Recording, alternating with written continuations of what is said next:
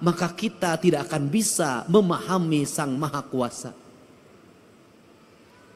Kita ini sampai hari ini memaknai Allah, sujud pada Allah, itu baru sampai pada tingkat estetika. Belum sampai pada tingkat hakikat, pada tingkat makna, pada makom spiritualitas yang tertinggi. Kita baru sampai pada tingkat estetik. Kita tertarik untuk salat dengan khusyuk, manakala imamnya berestetika dalam mengimami kita semua. Kita bolak-balik pergi umroh, merasa nyaman sholat di Masjidil Haram. Itu karena salah satu faktornya menurut saya, pertama, jauh dari rumah, sehingga tidak dikejar sama yang nagih utang di depan rumah. Meninggalkan pekerjaan-pekerjaan yang ada di rumah, seluruh problem ditinggal semua. Kemudian yang berikutnya juga, imamnya memiliki kualifikasi orang yang mumpuni di dalam mengimami kita dalam hafalan Al-Qur'annya.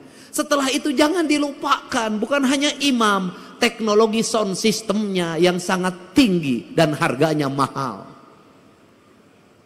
Kemudian kita seringkali berlaku tidak adil. Berlaku tidak adilnya apa? Seringkali orang-orang yang berdakwah mengejek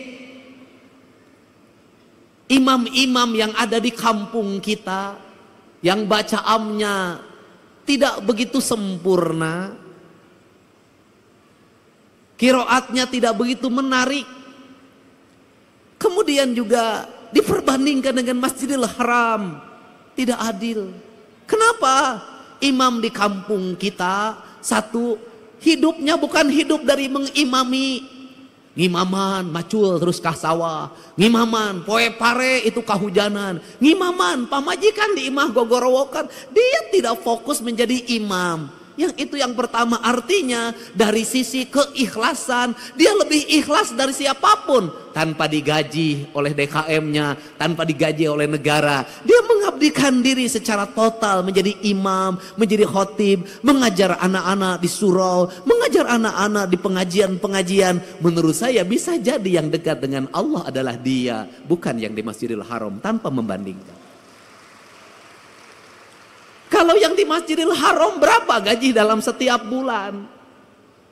Rumahnya dijaga, kemudian dia spesifikasi imam, kemana-mana didampingi, lebih gagah dari gubernur Jawa Barat. Wajar. Aki-aki di Ciwidey, subuh-subuh kudu hudang. Adana gogorok-gokan. Nges adan capek-capek wenu datang hiji-hiji acan. Anu tukang umroh ge teu datang di lembur nama, rajin soten keur umroh. Kemudian ada satu peristiwa, ini yang azan di masjid, saking pusingnya ketika azan subuh tidak ada yang datang, kemudian dia berinisiatif adzan jam 9 pagi. Pada waktu adzan jam 9 pagi semua orang datang, ngamak. Sia gelo, cenah moanya adan jam 8, ada naon sia teh. Si aki yang adan jawab, sia anu gelo mah. Ku aing di adanan subuh sia teu datang, di adanan jam 8 sia datang. Artinya bahwa negeri ini tidak kurang orang-orang saleh. Siapa orang-orang saleh? Orang-orang saleh adalah orang yang setiap hari tekun mengajar ngaji anak-anaknya di surau-surau, di tajuk-tajuk, di langgar-langgar. Orang yang tekun setiap hari azan, orang yang tekun setiap hari ngimam, orang yang tekun setiap hari khutbah, meskipun jamaahnya terbatas, tapi dia tidak pernah datang ke bupati untuk meminta honor. Itulah orang-orang hebat di negeri ini. Jadi kalau kita ingin minta doa, mintalah doa pada dia, karena dia teruji menjadi orang yang ikhlas dalam hidupnya. Kalau kita ingin mencium tangan, ciumlah tangan dia. Karena tangan dia lebih suci dibanding tangan yang lain. Dia mau mengorbankan diri dan waktunya demi peradaban, demi pendidikan, dan demi masa depan. Apa yang hilang di negeri ini hari ini? Yang hilang bukan orang yang hanya tartil baca Quran, tetapi yang hilang adalah tradisi mengaji. Seiring dengan pertumbuhan waktu, maka tumbuhlah di Indonesia modernisasi Al-Quran dengan metodologi pendekatan Iqra.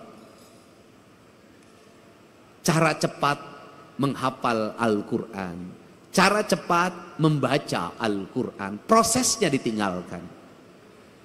Lahirlah wisuda-wisuda TKA dan TPA di mana baik secara syiar, baik, hebat secara syiar, hebat. Tetapi di balik itu masjid-masjid sepi dari anak-anak mengaji. Tetapi di balik itu surau-surau kosong dari anak-anak mengaji. Tetapi di balik itu mereka tidak mengenal dan tidak dekat dengan masjid. Kenapa? Karena mengajarkan Al-Quran tidak di masjid. Karena mengajarkan Al-Quran tidak di surau. Akhirnya mereka yang penting bisa baca Al-Quran, tapi kedekatan emosi dengan masjidnya hilang. Akhirnya mereka jauh dari masjid. Yang kedua, hilangnya apa? Hilangnya proses. Dulu baca Al-Quran berlatihnya bisa 2 tahun baru bisa, 3 tahun baru bisa, ada yang 5 tahun baru bisa. Lambat sekali. Dari mulai ngeja, kemudian narawas, terus sampai belajar kuro, panjang sekali prosesnya. Dan pada waktu proses belajar itulah dia ke masjid. Dari proses itulah masuk perjalanan spiritualitas, kedekatan guru dengan murid, berlatih membaca Al-Quran, kemudian ada tingkatannya, ada yang levelnya pertama diajar pada level kedua diajar pada level yang ketiga diajar pada level yang keempat. Maka waktu maghrib yang kurang lebih 1 jam itu efektif untuk membangun 3 generasi. Generasi ngeja, generasi narawas, generasi yang kemudian belajar kuro, dan generasi yang lebih tinggi dari itu. Prosesnya berjalan, maka anak-anak tidak lepas dari masjidnya. Kemudian gurunya bukan hanya mengajarkan Al-Qur'annya, gurunya mulai mengajarkan makna. Maka anak-anaknya dilatihlah belajar puasa, belajar tirakat. Maka Al-Quran identik dengan pembelajaran tirakat, pembelajaran puasa. Kemudian pembelajaran tirakat itu apa yang dilahirkan? Maka Al-Quran itu tersublimasi dalam pikiran,